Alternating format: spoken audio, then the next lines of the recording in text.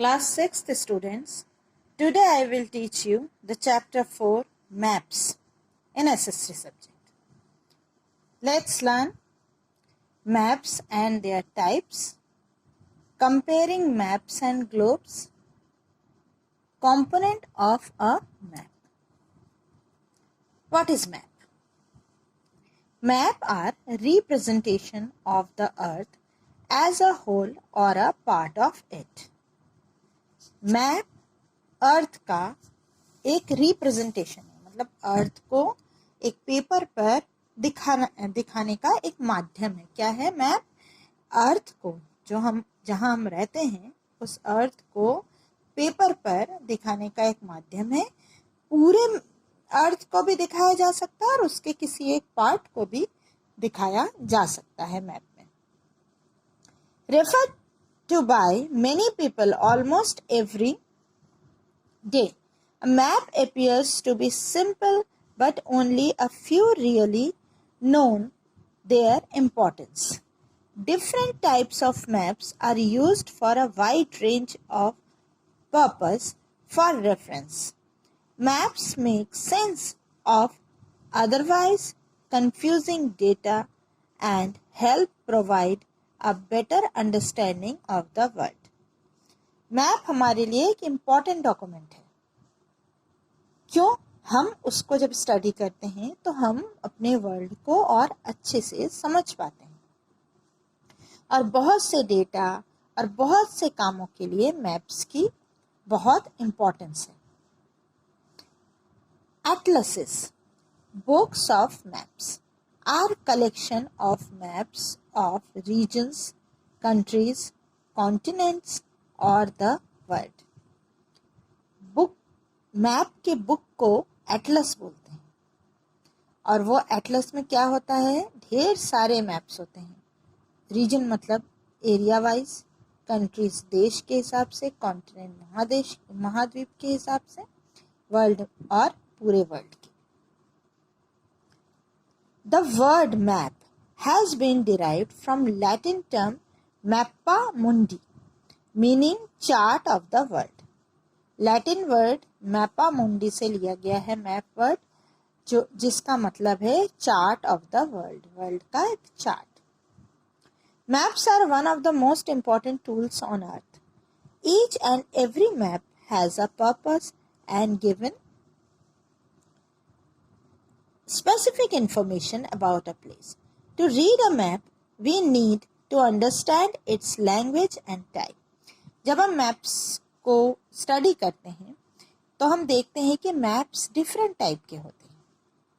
तो पहले वो डिफरेंट टाइप ऑफ मैप्स पढ़ लें. पहला मैप होता है फिजिकल मैप. वो मैप, ये जो मैप है, इसमें रिवर्स हैं, नदियां हैं, माउंटेन्स हैं. ठीक है, ग्रीन ग्रीन जो बने हैं वो प्लेन्स हैं, मैदानी इलाके. ठीक है, प्लेटोज है, ये येलो कलर का प्लेटो है.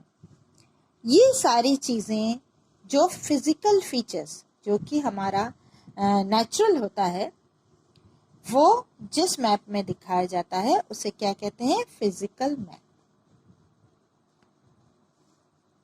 क्या दिखाता है? Physical map use colour, shading और contours lines to show relief. Relief मतलब ऊंचा नीचा, डिफरेंस इन लैंड एलिवेशन और ऑल्टीट्यूड. ऊंचे नीची जो धरती है वो सारी चीजें कौन दिखाता है? Physical map. Second number map क्या है?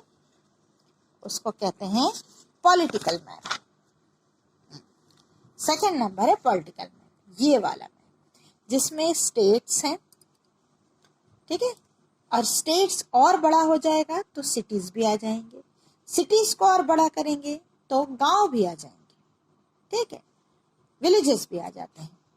तो जिसमें शहर, देश, कंट्री, कॉन्टिनेंट्स, उसके कैपिटल्स, स्टेट्स, ये सब दर्शाए जाते हैं, उसको हम क्या कहते हैं? Political map. स्टेट और नेशनल बाउंड्रीज, देश के आसपास जितने भी कंट्रीज हैं उसके जो बाउंड्रीज हैं, ये सब किस में पढ़ते हैं हम? पॉलिटिकल मैप में. थर्ड नंबर होता है thematic maps. A thematic maps is used to show a specific theme और टॉपिक. जैसे अगर कहा गया कि आपके इंडिया में वीट, गेहूं कहाँ कहाँ सबसे ज़्यादा पैदावार होती है, कहाँ कम कहाँ ज़्यादा, ये एक मैप में आप दिखाइए. इंडिया का मैप लेंगे, फिर जो भी आपका वो होगा तो हम वीट की खेती पूरे उसमें दिखाएंगे मैप में, कहाँ ज़्यादा होता है कहाँ कम होता है, रेनफॉल हो गया. ये सारी चीज़ें थीमेटिक मैप में होती हैं कि वो एक पर्टिकुलर सब्जेक्ट को लेके चलता है. बारिश कहाँ ज़्यादा हो रही है ये बताना है, मौसम ठंड कहाँ ज़्यादा हो रही है, सीजनल मैप्स हो गए, फिर एग्रीकल्चर मैप हो गया, रोड मैप हो गया, एयरपोर्ट्स बता रहे हैं. हाँ, फिर ये सारी चीज़ें जिसमें जानकारी मिलती है उसको थीमेटिक मैप्स कहते हैं. अब कंपोनेंट्स ऑफ अ मैप, ये मोस्ट इम्पॉर्टेंट है. अब आपकी क्लास तो है नहीं तो बोर्ड में बड़े सुंदर तरीके से समझाया जा सकता है. Map has 3 essential components, namely distance, direction and symbol.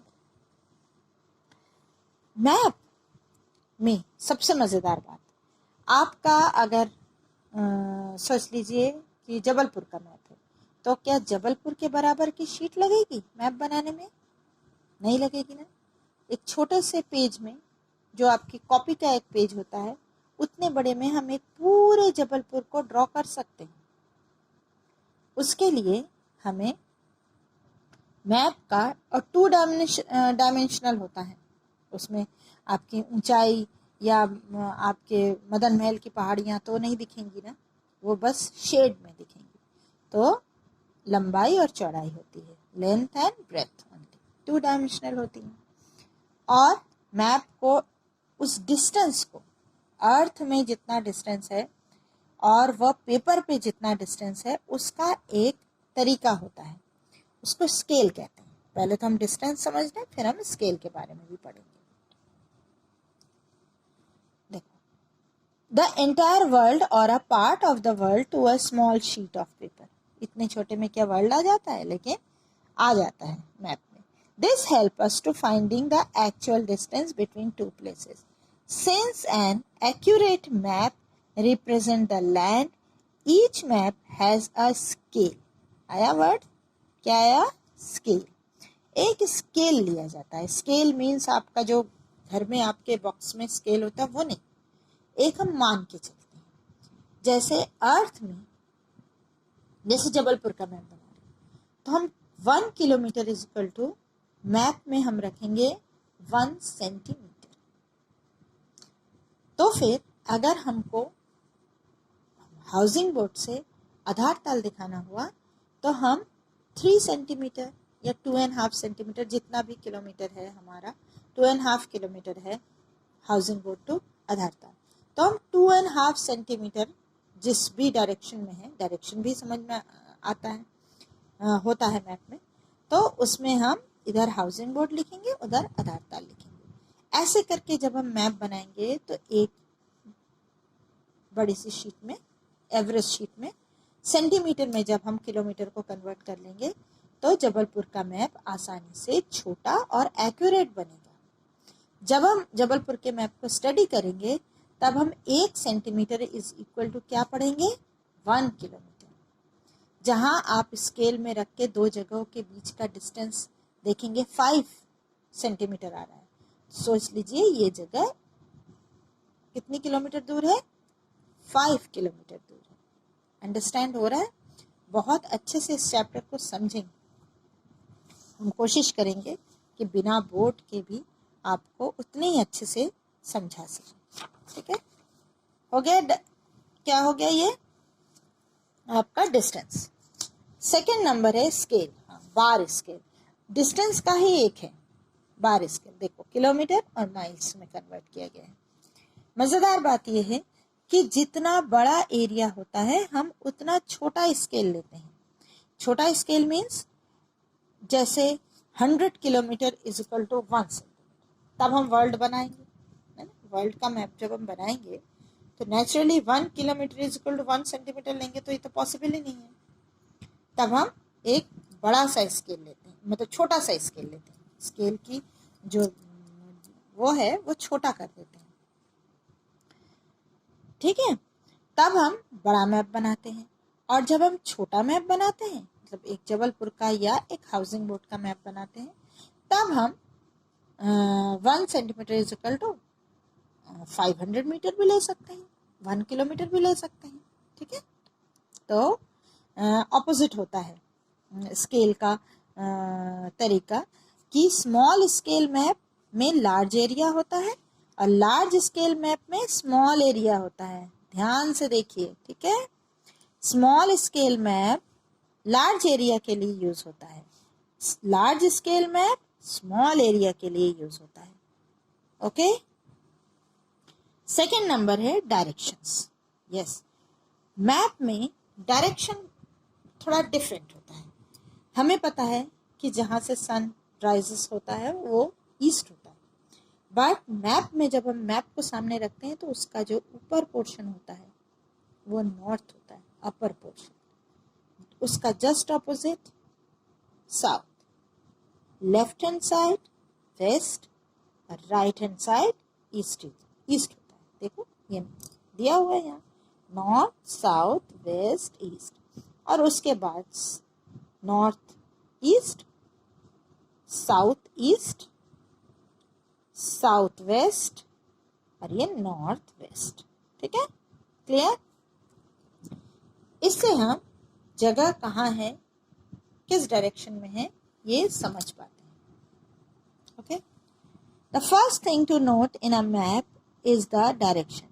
Top of the map shows the north direction while the bottom of the map shows the south. Towards the right east and towards the west left west. Okay, आज यहीं तक। Then हम next video में आपको आगे का बताएंगे। इतना आप ज़रूर रीड करिए।